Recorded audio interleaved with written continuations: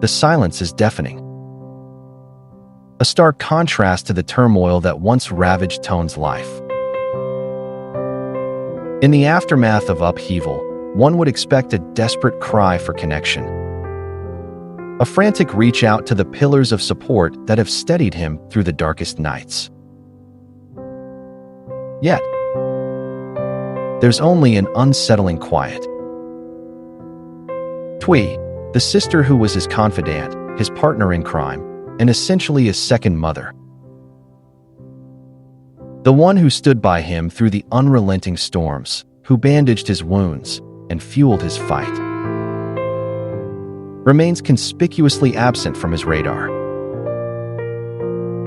And his grandma, the epitome of unconditional love and support.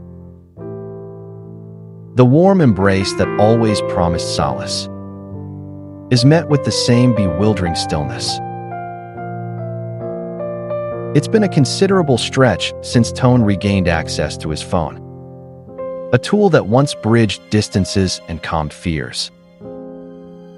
And the lack of contact is telling. Given their vocal support for his relationship with Ly Tu Diem, Tone's silence suggests a more complex motivation. A puzzle piece that refuses to fit. Is he deliberately distancing himself from the toxic dynamics of his past? Prioritizing self-preservation over familial bonds. What's even more intriguing? Ever since he regained his memory, the omission of any mention, not even a whisper, or attempt to reconnect with Thuy, of all people, raises more questions than answers, leaving viewers wondering if Tone is systematically excising his past.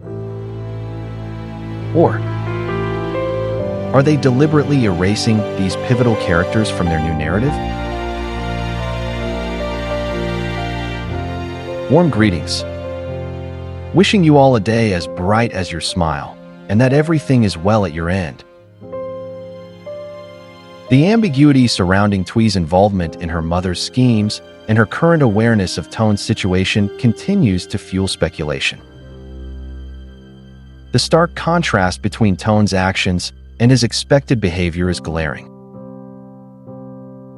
Having shielded his adoptive mother from accountability, citing obligations of gratitude and filial duty, it is jarring that he fails to extend the same courtesy to Thuy, his trusted confidant and staunch defender. The expectation is that upon regaining access to his phone, Tone's first instinct would be to reconnect with Thuy, given their deep bond. Instead, his frantic efforts to contact friends and colleagues seem to deliberately exclude her. This omission is particularly striking considering the multitude of unanswered questions he has about his past, adoption, and biological family. Queries Thuy could likely shed light on. Furthermore, given Grandma's recent health struggles and hospitalization, Tone's silence is all the more perplexing. A simple inquiry about her well-being would be a natural response, especially given their close relationship. The deliberate omission of any attempt to reach out to Thuy or Grandma is ultimately jarring. Given Thuy and Grandma's importance, it's surprising that the narrative is moving forward without a trace of them. It's as if the narrative is sidelining pivotal relationships that once drove the story forward. Their absence is noticeable, and it's hard not to wonder what happened to these beloved characters who had a deep connection to both Tone and Ly Tu Diem's characters, leaving viewers with a sense of unresolved threads and unfulfilled emotional investment. As the silence surrounding Thuy and Grandma persists, Tone's life continues to unfold in unexpected ways. The encounter with his friend presented Tone with an unexpected opportunity to revive his professional prospects. having been forthcoming about his recent struggles. Tone was met with a proposal to join his friend's newly established company as a business partner. However, his response was marked by an uncharacteristic hesitation as he swiftly declined the offer, citing the loss of his company and his current financial constraints. This reaction is striking, given Tone's resourcefulness and entrepreneurial drive. It suggests that he may be allowing his current circumstances to dictate his decisions, rather than leveraging his skills and expertise to shape his future.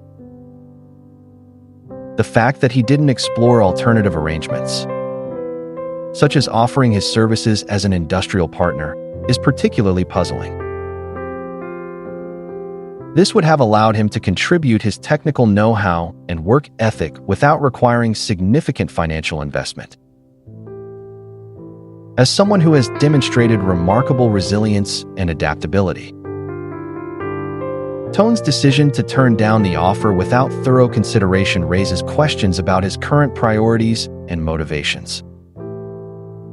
His reluctance to take a leap of faith and explore possibilities is at odds with his past behavior.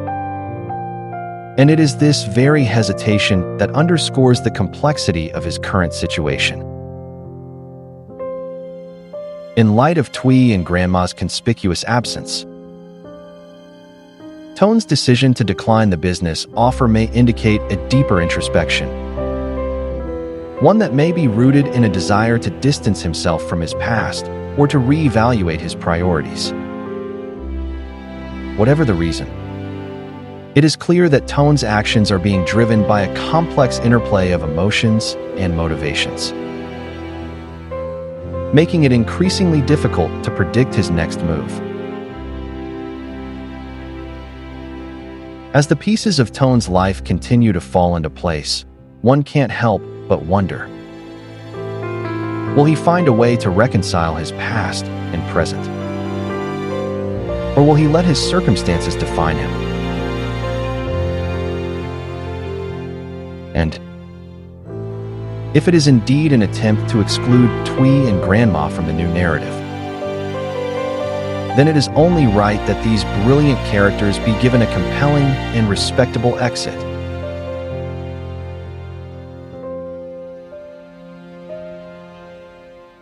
Share your thoughts. Feel free to leave your comments below with your theories and predictions.